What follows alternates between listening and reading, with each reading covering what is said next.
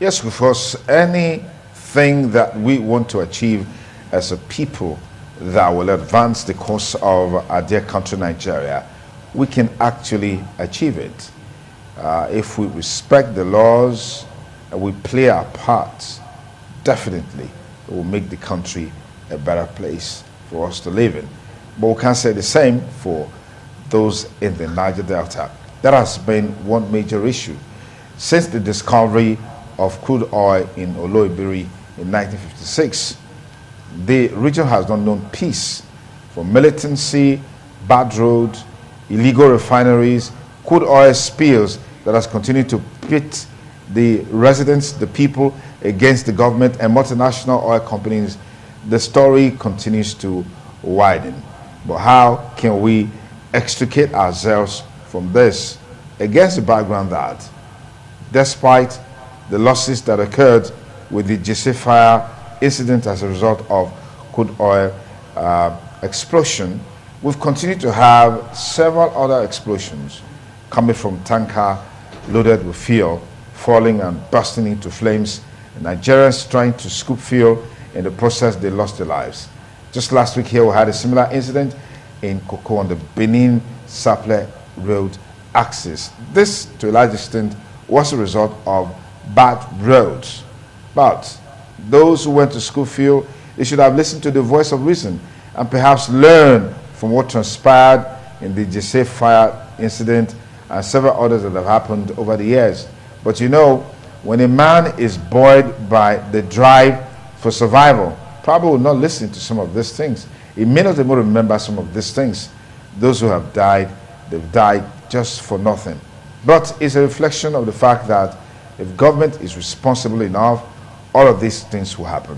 And to help us make sense on these conversations today on the show, I have with us in the studio the Executive Director of ANEJ, talking about the erudite Reverend David Ugolor. Always delight to be here to have insights and perspectives on the Niger Delta issue that has continued to be a burgeoning problem over the years. Yeah, you have always said that the oil resource course within the Niger Delta ambit is like a curse. Give us just refresh our minds on that. Thank you again, my brother. You will see now that it's almost 63 years. 63 years. That oil was discovered in the Niger Delta. And since it was discovered, it has not been the same again. If you compare it to other regions like Norway, Dubai, you see that somehow they have used the oil wealth to transform and even build wealth for future generation. But in the case of Nigeria and the Niger Delta region, it's not the same. We're not even talking about the future again, which for me is intergenerational crime. We have not only ruined this present, we have ruined the future. And this is really the unfortunate aspect. So when you look at all the stakeholders who have invested in the region, the multinational oil company, they have to take responsibility. And this is exactly what Ken Saro-Wiwa was trying to address when the state and the establishment and the multinational oil company decided to silence his voice, which they have not been able to achieve. Because if those issues that Ken Saro-Wiwa was raising, the government of the day, then Abacha, took note of it and addressed them, and I'm sure that where we are today, we will not be where we are today. So the oil cost phenomenon, the Niger Delta is a poster child. It represents it very clearly. And why do we say it's a cause? Now, before now, just going to any nearby river, in any of the stream in the Niger Delta, you can easily catch your fish, you can easily have your livelihood sustained by the river. But today, that's not the same thing. Most of the rivers are all polluted. The livelihood of the people is threatened, the lands are destroyed, means of source of water is destroyed, and unfortunately, the coming of the oil industry was seen as an opportunity to generate economic growth that will empower the region, but that hasn't happened. As you know, the oil industry is a very technical industry. Little or no people are employed. And the few people that are employed, they cannot provide the source of livelihood for the many people that are not gainfully employed. And governments that earn revenue from this particular industry have not used the money very well. That's why your summary a while ago, and that why is it that some people still go when there's a fuel crisis or fuel petrol, people still go there. Has it occurred to you that since more than 6 decades now, the issue of asking people when you go into government, don't steal public money, but people still steal public money.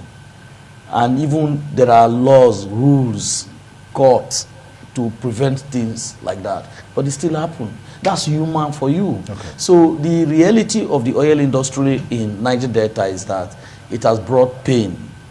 It has brought untold hardship, and development that we were all willing to see has never happened. And because it has not happened, people now look for other means of survival. And the means of survival could be things that you probably see people going to scoop fuel, people going to break the pipe, all kind of imaginary things, because people have to survive. But if the government provide alternative, if the government provide job, there will be no things like that. I give you a classical example. When there is fuel scarcity, you see people trying to hoard the fuel. And then you see houses burning because of fuel hoarding. But when there is fuel everywhere, have you seen anybody hoarding fuel? Because it doesn't make sense. Yeah. It doesn't make sense. Nobody's going to patronize you. No, nobody. So that's the same thing. So when people complain about all kind of crime, I say no. If the government of the day provides job for the young people, you will not see anybody going to create an imaginary refinery. No. It is the failure of government that is a manifestation of the failure of government that has led to all this crisis. And unfortunately, democracy is failing. And the reason why democracy is failing, you can see it manifesting as it's growing across African continent. And I expect Nigeria to take a cue and learn lesson that because when democracy fails to deliver, and when I mean deliver in terms of job, economic growth, and just only a few people, less than 1% of the populations are living well, and 99% are living in penury, and every time they try to also act in a way to survive, you criminalize it, and the narrative of the establishment is to continue to, negative narrative, the people will respond, and that's what you are saying in Niger. That's what you are seeing in Burkina Faso. That's what you are seeing gradually in Gabon. That's what you are seeing, and it's growing. And this week, the Economist newspaper, in their front page newspaper, it says, why is democracy failing in Africa? You don't need any soothsayer to tell you. Democracy is failing. Election cannot provide the right candidate any longer again. Without contestation. And then it is an individual that just say, this is my candidate, and it becomes the president. This is my candidate, it becomes the governor. That's not democracy. A democracy where the population cannot decide who is the next governor, who is the next president, that democracy has failed. And there must be action. There must be action. Democracy is supposed to provide opportunity for the people to decide. But it's failing in Africa. It's failing. And you are seeing it. And the people are responding. People are responding. Nigeria need to learn. Fantastic. Just a few days ago, there was a tanker explosion in the Koko-Olugbo axis of the Benin-Sapele road. Some say that could have been averted if the roads were better. But we've seen this happen over and over again, and people who are supposed to be the direct beneficiary of the oil in the environment, they become victims. How do we extricate ourselves from this scenario? Now, the East-West road, if you are to put it cumulatively, over 60 billion has been invested in that road. And this money has gone into the pocket of few political elites that are less than 1%. And sometimes they distribute it to some traditional rulers, to some people who are opportune. But the question is that the road, East-West road, that is the major road that runs through the oil-producing region, the South-South. The money voted to put that road in order has gone into private pocket. the woman or the boy that has gone to scoop fuel and the man who has pocketed this money that is supposed to build the road, who has committed the worst crime? Who has committed the worst crime? Because if the east-west road is good and well built, now I want to give you, look the statistics. Within the last 6, 7, 8 years, that the east-west road from Benin down to Ugolor to Port Harcourt has gone very bad. The number of fuel tanker that has gone bad, maybe because of the bad road and fuel explosion, has increased over 100% compared to 20 years ago when the road was a bit good. So you can see that the remote cause of the crisis in Ologbo and Ugbenu is as a result of the bad road. Government has voted money to repair that road.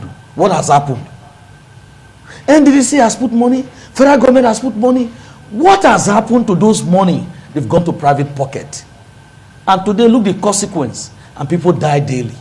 And then all the government do is to give it a negative narrative to justify what has happened. But we are saying that what has happened in Ugbenu, in Delta State, close to Ologbo, is as a result of bad road. And the bad road, money was voted to repair it. What has happened? But now go and see how the government is responding again.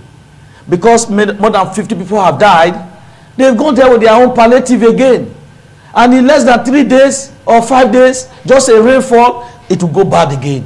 Why? Why is the government not being able to understand that if you want to do a lasting project, you have to do it properly and get the right contractor? But this is not happening. And democracy is supposed to be our only hope. Because when a government is irresponsible, when a government is incapable to deliver, either by building good roads, when election time comes, opportunity for the people to vote such government out, it becomes an hope, it becomes an opportunity. But democracy has failed in Nigeria. Because democracy we have in Nigeria is not dictated by one person, either at the presidential level, or at the governorship level, or at the local government level. So when you now have a democracy that cannot deliver, what is the consequence? This is a sweeping statement. It's not. But there are some sub-national governments, you know, where you can find some impacts being made. For example, people can easily make reference to Akwa Ibom State. People can make reference to even Ebonyi State. The current Minister for Works, was in Ebonyi State as the governor for about 8 years. He has some stories to tell. If you look the Afro barometer data, when you have about 60-70%, because you are a scientist, of population saying they are dissatisfied, with the current democracy trend. Okay. Am I not in a comfort position to assume that the democracy is not working? Okay. That's the current data of Afro barometer, and you can go to it. And the front page of The Economist, and the title is "Democracy Failing in Africa." And the reality is that every 3 people you interview on the street, ask them if they have hope in democracy. They will tell you, honestly speaking, there is question. So what am I doing by saying this? It's raising an awareness to those who are currently benefiting this current structure that is not working, and that in their own long-term interest, they should allow democracy function. Because we don't want what happened in Niger to happen in Nigeria. We don't want what happened in Burkina Faso to happen in Nigeria. Because we are the hope of the continent. And the quality of governance need to improve. Okay. And what am I saying by that? If you have a road like East-West Road that run across all these states you have even mentioned, and the road is in a bad state, and that the people cannot even have a way to be able to even help to grow the economy, how do you want their perception about the democracy? So if democracy functions very well, during election time, it provides the people the opportunity to say, look, since you have not been able to deliver by providing us a good road, providing us a good water, providing us electricity, we do have the option with our voters card to exit you and your political party.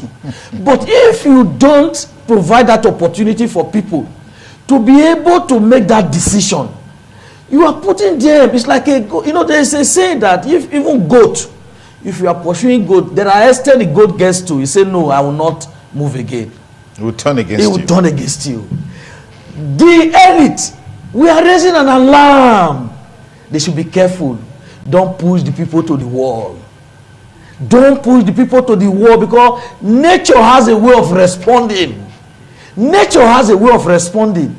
If the people can no longer decide in a democratic system, then what do you want the people to do? You can't push the people to the wall. And how do the quality of governance is failing? And the indicators are very clear. If you look into the World Governance Index and you see how Nigerian is rated in all the characteristics of governance, either the judiciary, the executive, the legislative arm, things are falling, and which means in totality, governance quality is failing. And once governance quality is failing, people's perception, and then that comes to the issue of trust. And that's why in Europe today, the government invests money in measuring trust. Because if the trust level between the people and the government is low, it therefore means that the people have no confidence in the government. And once people don't have confidence in the system, what it means is that anything can happen. And that's what the military exploited in Niger. That's what the military exploited in Gabon. That's what the military is exploiting in the African continent. And it's growing. It's growing. And even when Nigerian government decided to say no, to condemn the coup in Niger, you can even see the response from the country. From the residents. You can see the response. And so what it means is that our government should not be insensitive. They should give an opportunity. It's like when you are in your house, you have your wife in your house, and you continue to operate like a dictator. You don't allow the woman to speak. You don't allow the children to speak. You are the everything. The day the woman and the children will revolt, it will be a palace school, but it will take you under your feet. That's what will happen in Nigeria. If Nigerian government do not allow election to be free and fair, the political parties are no longer political parties. They are just instruments in the hands of people. And there are rules of engagement. But if you allow the people to decide, it gives the people opportunity to express through their voters card. And that's what democracy is all about. Okay. And that opportunity for people to express their manifestation, like what happened in the last elections when people decided to vote in Labour. You saw it. You saw how it's like, it's like people expressed, they were so satisfied, they were so happy, and that even candidates who had billions, they've used their voters card to exit them. And the candidate who has no money, who has no resources, were voted into power. Those are the kind of things that give hope, that build confidence, that increases trust, that improve quality of governance. But when that is not there, and then you have a situation that the people's hope is continually closed down, you will see what will happen. Okay. Let me just take you back to the east-west road that you mentioned. Yes. You gave a figure within the region of about 60 billion. Yes. That has gone and that's to even, that is be conservative. Yes. Okay. Yeah, I want to just be conservative. Okay. That's even just for NDDC. NDDC, okay. Yes. 60 billion. Yes. It could be more. More. We have more, facts. And they also made a point that some of these monies have gone into private pockets. Definitely. You also mentioned traditional rulers and several individuals. Yes. Some of these people are from the Niger Delta region. Exactly. Would you now still say government should be held responsible when we even have people from the region who are beneficiaries from these jobs, from this contract, that didn't live up to expectation? Government is government. It doesn't matter where you come from. As we are in Nigeria today, APC government is running the country today. We have southern people that are part of APC government. Prominent voices from the regions are part of the government. So when I refer to government, it doesn't matter where you come from. It's a government. APC government under President Tinubu is the one that I'm speaking to, because they are currently in power. Okay. What we will expect from President Tinubu when he assumes power is to ensure that the East-West road is addressed. And if you recall, when we had our press conference in Olopo, where we went to on the field investigation, where we saw people died and where we saw people buried along the riverside, we called on the president, Tinubu, as to declare East-West Road as emergency, because it's not acceptable that a region that produce the resources with which they run the country, you allow such an important road. But what more painful, like you rightly say, and I completely agree with you, is the complicity of the elite from the region. And that for me is something that aches my heart. I can't believe it that we have people from the region who are also very powerful in this government. But you see, what you have come to see is that it doesn't matter where these people are coming from. This 1%, I'm telling you, they are brothers, they are sisters. They use religion and where they come from to manipulate the people. What unites us in this country is poverty. We must get that clear. I've always been doing this analysis. Don't care about when people tell you that, oh, I'm from your region, I'm a Yoruba, I'm a this. You know, the people that run this country, they are one family, they are 1%, less than 1%. And we, that is the plebeians, the poor of this country, that helps to raise the voice. We must understand this. If we don't do the narrative very well, that's where you will now begin to say that, it's my brother that will come from my region, it's my sister that will come from my region. The people that stole this money that will be used for East-West Road, they are not foreigners, so they are from the region. Even traditional rulers are all part of it. The young men and women who say they were activists yesterday, they are all part of it. So it is a complicity of a system that we must continue to expose and continue to condemn and beginning to raise voice until the East-West Road is declared emergency, because it will help President Tinubu's government. I expect by now that within 100 days of President Tinubu's presidency, he would declare the East-West Road as emergency. And those who have given an appointment will be given a marching order to make something possible. And then beyond that, look what has happened. People died in Ugbenu. Ugbenu is the, once you pass Olugbo, where this thing actually happened is in Ugbenu. Before you get to Cocoa Junction. And people were buried right away in the swampy river there.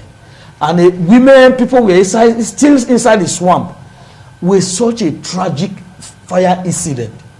It didn't surprise you that the governor of Delta State did not deem it fit to pay an emergency visit to that place? And as we speak, people are still there, decaying. And this is unacceptable. Are we in animal society? Is this a society with human being? What would have expected from Delta State government was to pay an unscheduled visit to the scene. If not even the governor, but at least somebody very high within the government to at least sympathize with the people. Because when they are even saying that people went to school for it, the people that died, they are not all those who went to school for it. They were innocent people who were on their journey, caught in that fire incident.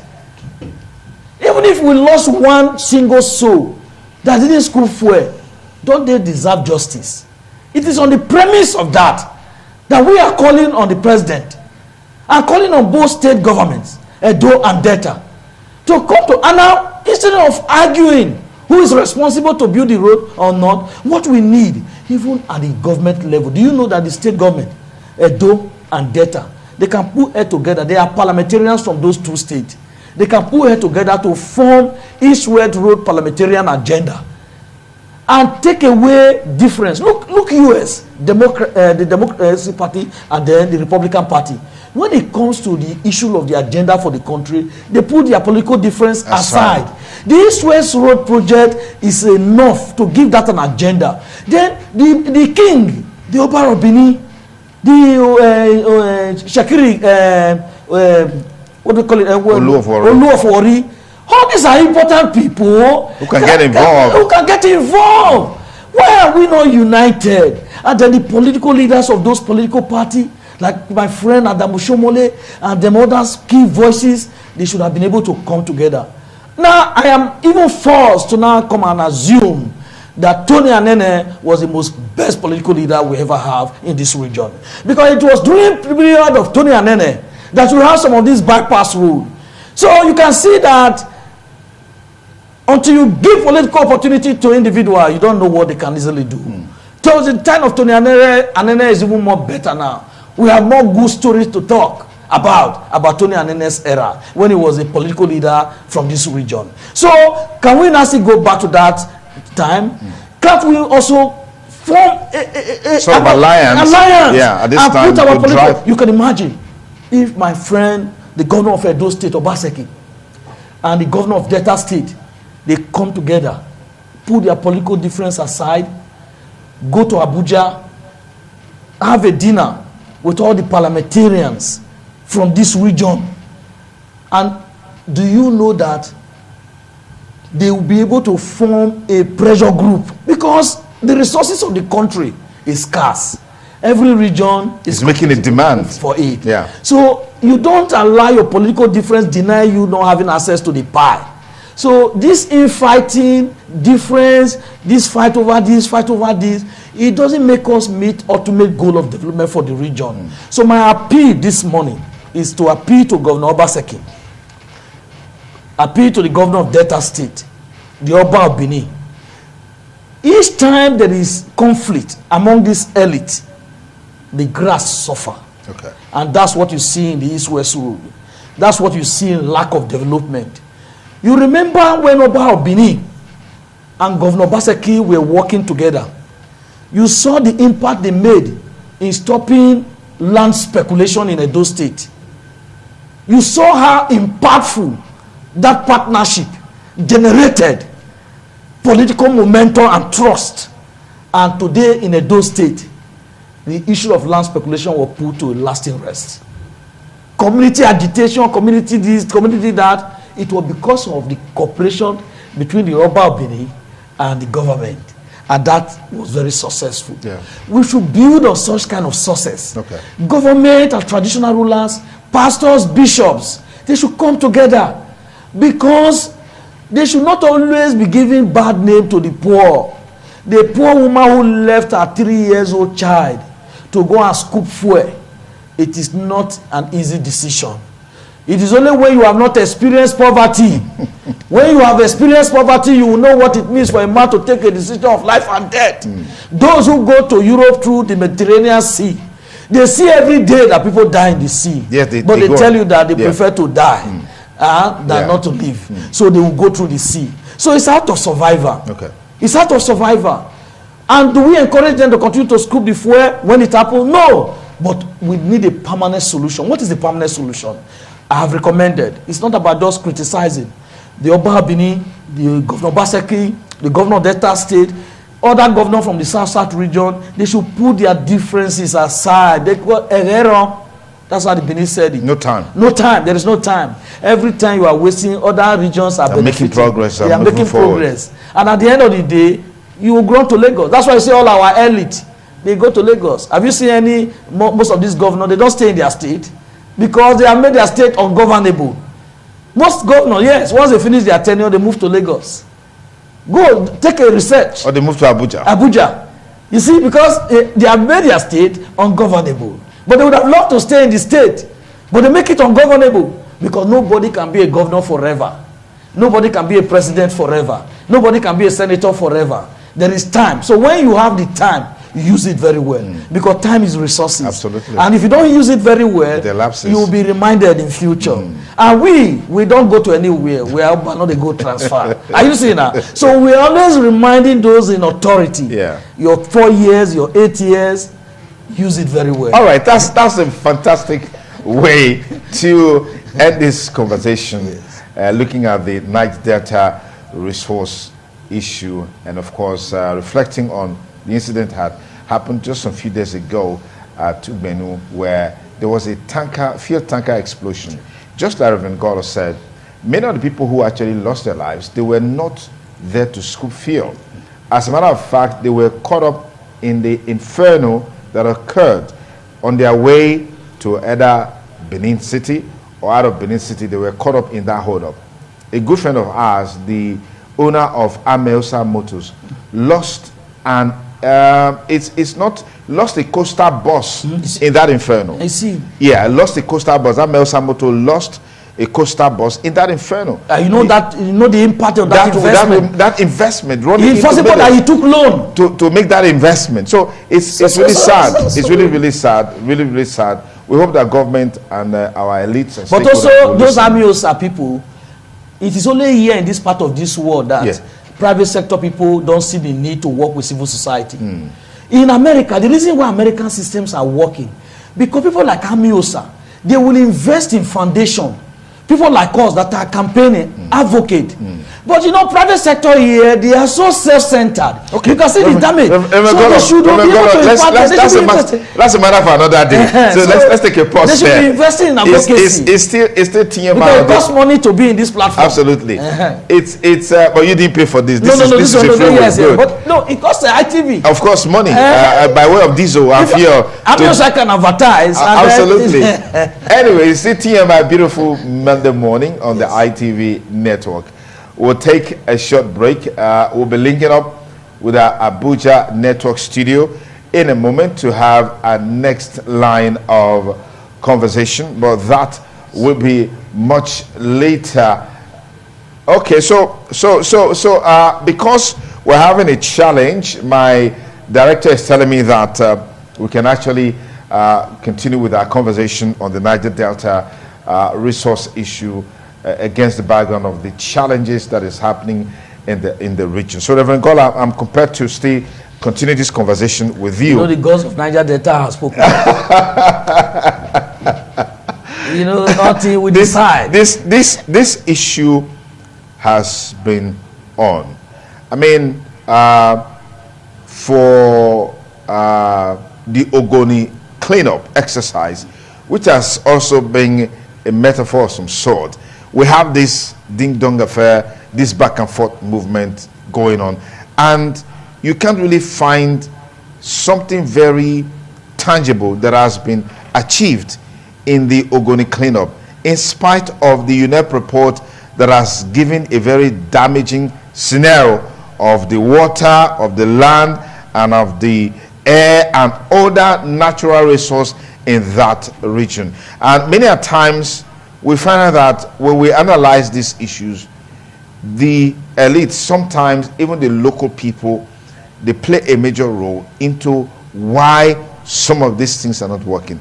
I remember a story I heard one time, one of the states, Edo State here, in an axis of road construction that was to be made, a certain highly placed individual was making a demand from the construction company. On account of that, the construction company packed his things and left. We only saw the construction company demarcate a particular place that they were going to set up, but eventually we didn't see them move or lay a block in the construction of that road. We see this replicating itself all across the country. Yes, you know, no one individual or no group can make such a demand if they don't have support of the government. Most of these people who carry out such actions were political talk used by politicians.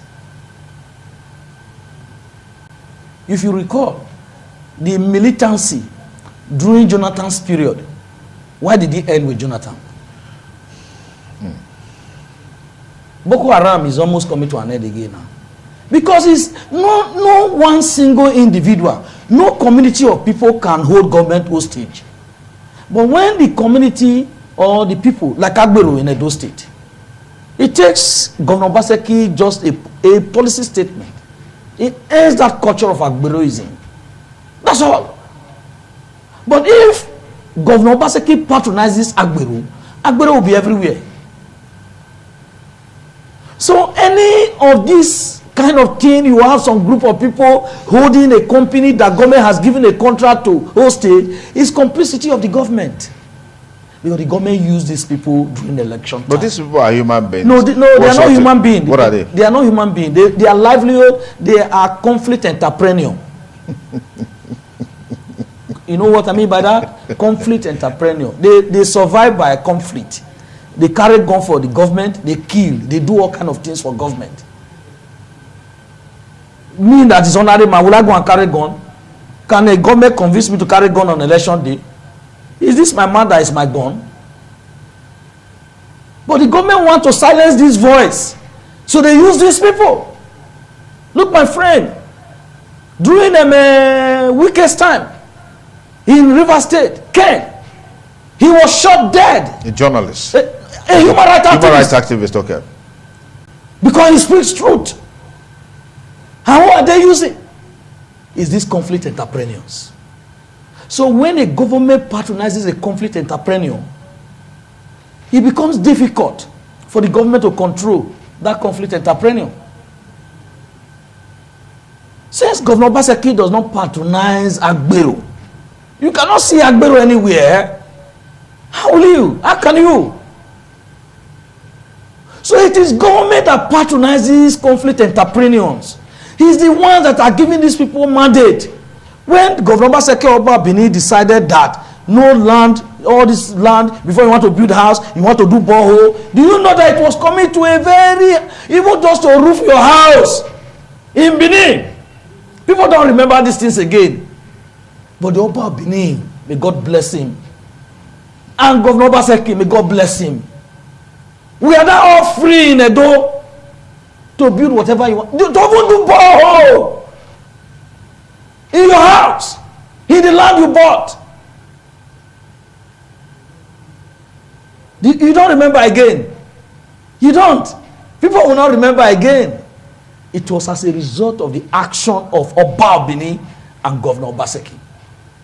And God will bless them. That's the kind of thing that create confidence in a system. That's the kind of things that create trust in a system. When you have government, traditional ruler, civil society working together, it improves the quality of governance. And that's the kind of things we want to see. If that kind of things happen, you don't have a coup in such a place. You will not have conflict entrepreneurs surviving in such a place. And that's why I support Obaseki on not allowing conflict entrepreneur to survive in this climate. It's not good. Because those are the same character that want to go and collect the veil from a construction company. They don't have a livelihood. They survive by conflict. When there is conflict, they survive. The only way they survive, because they cannot think. They cannot think outside conflict. All this way you are hearing imaginary refinery, pipeline blow, is government. Without government, you cannot do those things. You cannot now. Do you know what it takes to be able to blow the pipe? Do you know the infrastructure? You need a tanker. Tanker is not less than 100 million. Is it you and I that have that kind of money to buy a tanker to put on a pipeline to go and siphon fuel? So it is fully back. It's an industry that the government take note of. We have SSS, we have soldier, we have Navy, we have all these institutions. Government said that those institutions are not capable again. They now went to give a private company to be the one to be monitoring. What are we saying? What are we saying?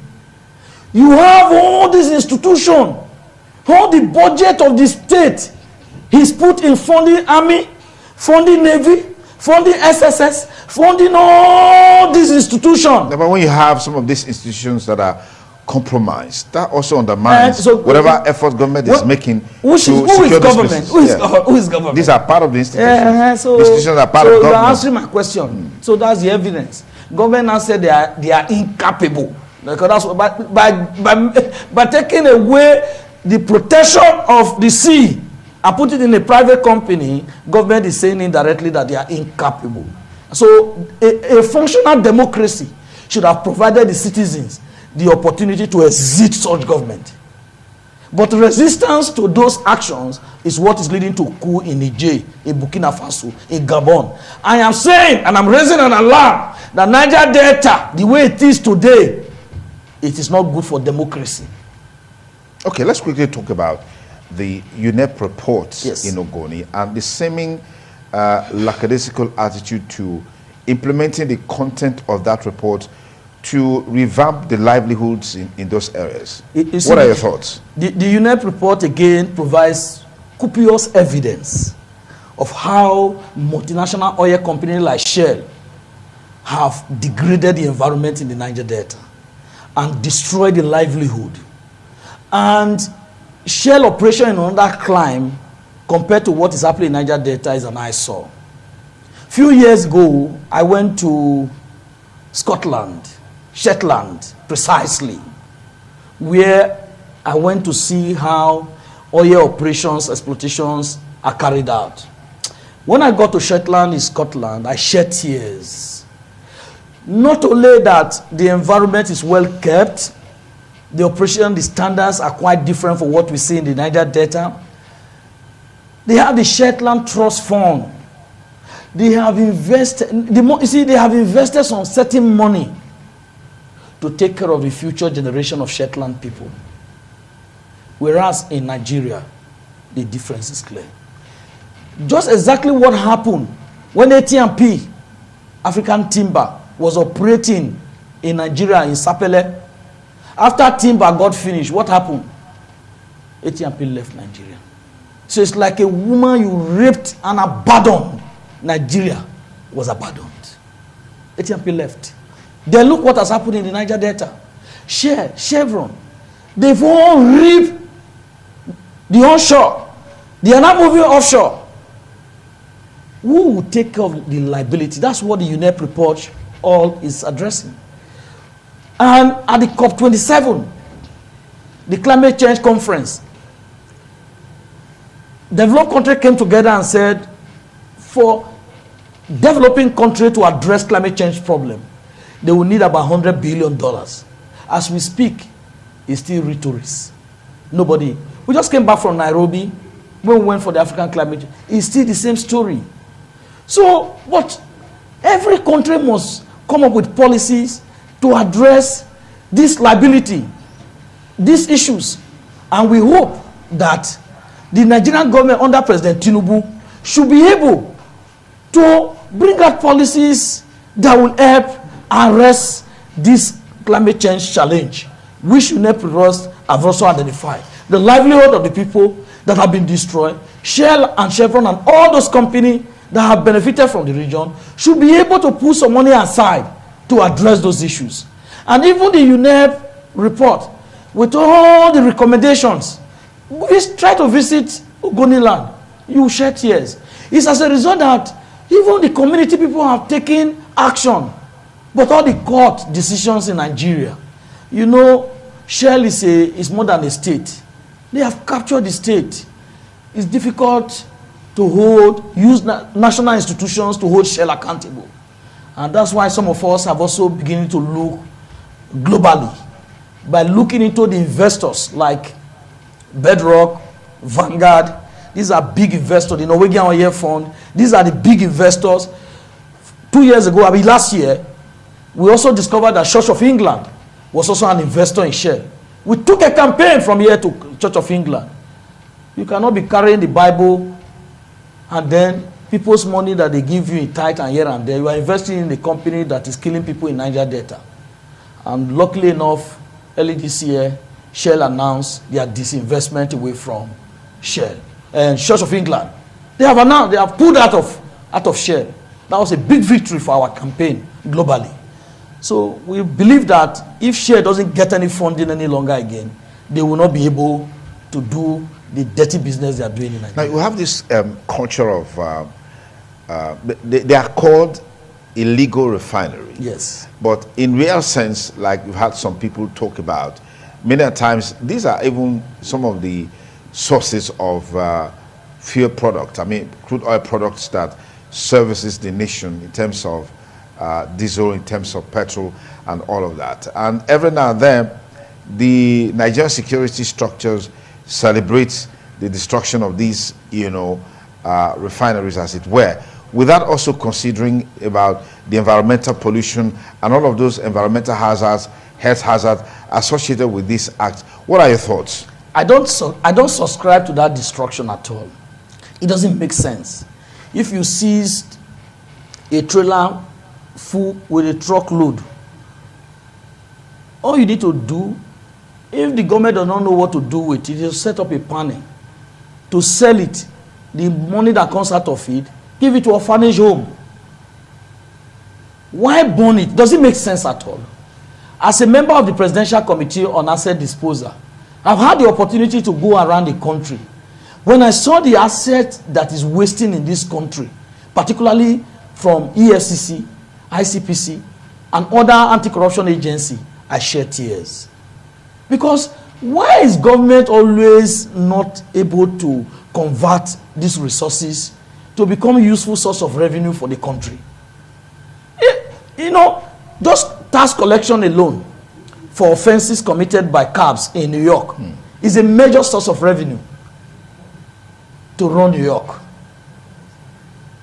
So, if government resources coming out of criminal activity, that is fine, coming out of criminal activity, could become a major source, and indirectly we have a way to impact negatively on criminal activity in the country.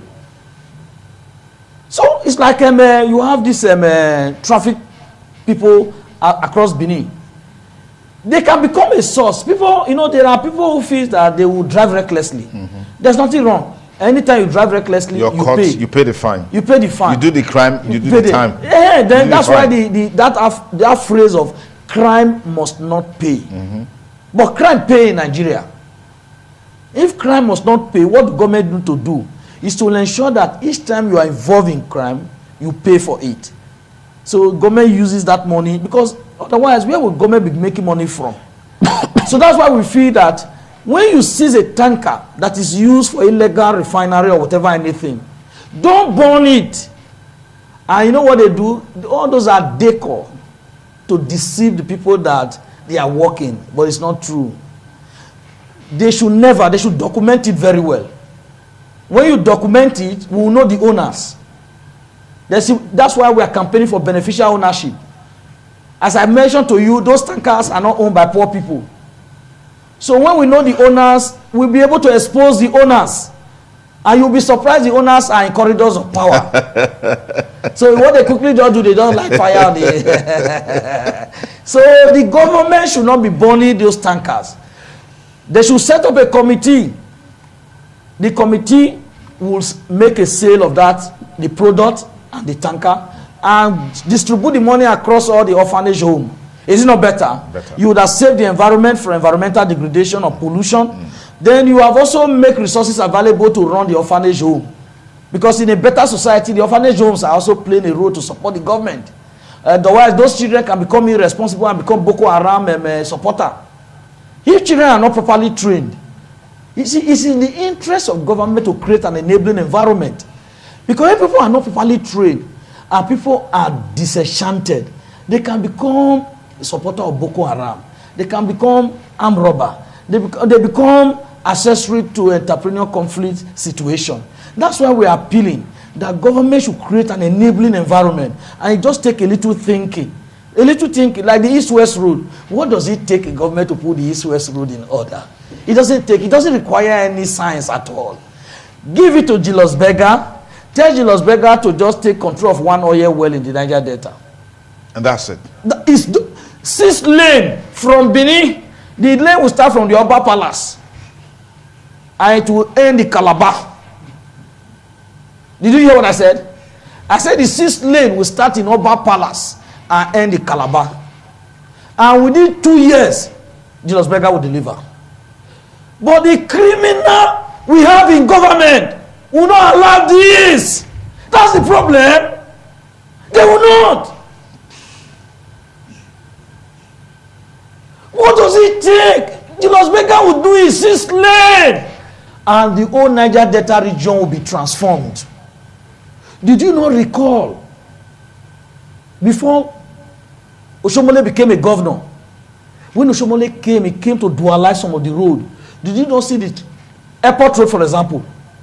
Did you not see the transformation that happened immediately? If you put 6 lane in East-West Road, the level of poverty in Niger Delta will reduce by half, because commerce will increase. Moving product from the farm and interior will be more easy. I don't know whether this elite, they are cursed that they want to, the only way they enjoy their wealth is to be seeing poverty around. Are they cursed?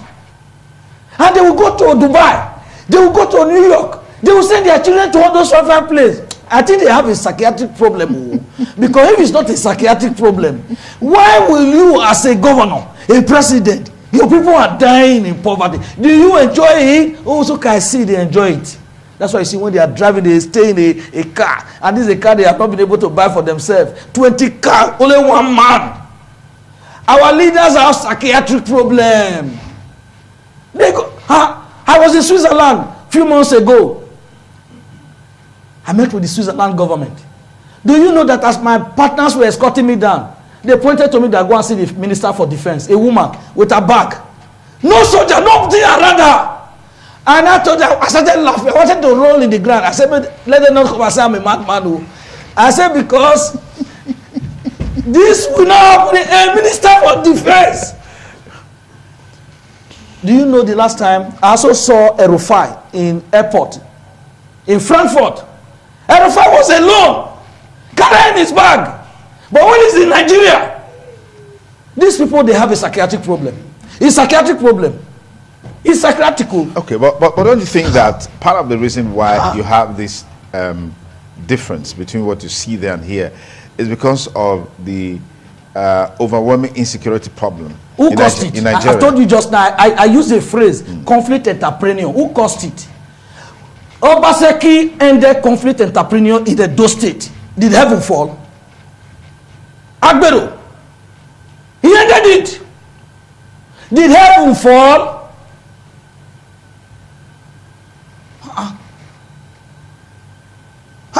Okome.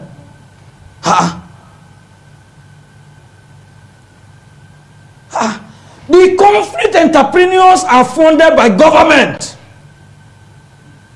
In Edo State, Governor Obaseki ended Agbero because they were not contributing anything to the economy. They were just siphoning government money.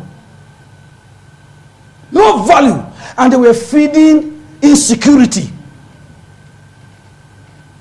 After smoking hemp, all kind of things, womanize, all what they do is crime. And the government came and said, no, Agbero. All money go to government purse. That's it. That's how you run that's a clean system. But the next thing Obaseki need to do is to be transparent where the money is going.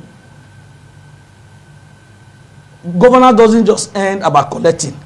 It's for government to also be transparent in disclosing. You collect, you disclose. And let us know whether the money is performing enough.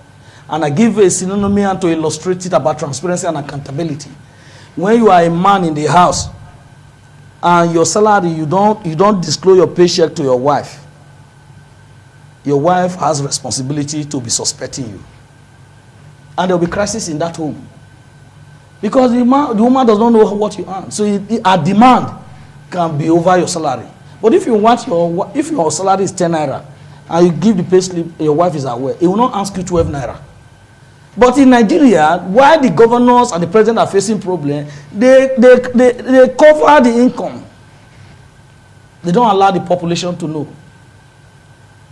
And this is a big problem in governance. So transparency is required. But conflict entrepreneurs should never be encouraged. We should support governors, we should support president. All these conflict entrepreneurs, they create problem, insecurity in the country. They create insecurity. Another master stroke is about governance. It's about knowing what to do at a point in time. I said now, I've suggested, so we don't just come to the TV and criticize. I said the government should give Julius Berger. Julius Berger would design 6-lane road from the Oba Palace down to Calabar. All you just need to say, your payment is tied to one oil well. So no buala. Julius Berger will not wait before the money will start coming. They will go to Europe and take money from capital market and they will construct it. Do you know the problem? Our politicians are the problem. Our politicians are the problem. And the people, and that's why we are educating the people, that as we are moving into 2024 in Edo State, for example, we should not allow politicians to decide who becomes governor in Edo State.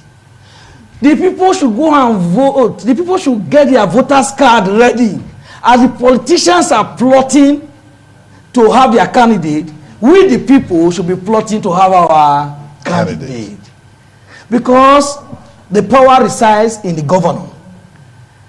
If those people want to have good governance, they should pay the sacrifice. You know the reason why people suffer? On election day, you will not go and vote. And when somebody now win, you will be complaining. Do you have a right to complain? No, you don't. You don't have any keep moral silent. justification. Oh, my pikin school not play. When you go vote. Oh, they don't do my road though. You go vote. If the way they are calling them what do they call this man? The way they are calling in a man around town, if that is how they vote, do you think there will be good democracy everywhere? People don't vote. And that's why I want to, on this today, I want to call on you people, wherever you are in Edo State, make sure that you revalidate your voter's card. Your voter card is your cutlass. Your voter's card is what you will use to give red card to any governor. Okay. So I appeal to you people, as 2024 is coming, get your voter's card ready.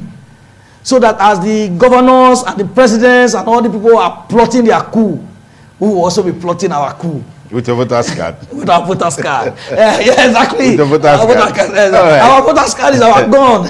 All right. Thank you very much, David Ugolor. Thank you for the useful insights you brought to bear on our conversations today on the Niger Delta racehorse issue, particularly with some of the challenges that have bedeviled the region in recent time. A region blessed with so much resources, but its impact on the lives of the people is very, very low, and that's unacceptable. So we have to put structures in place to ensure that the resources in the region is actually affecting the people, and that can only happen when we have responsible leadership. Those who have benefited from some of these projects, contracts, roads, what have you, that are not really affecting the people, we just hope that you can really be alive to enjoy all of those things that you have taken illegally, that is not having impact on the lives of the people.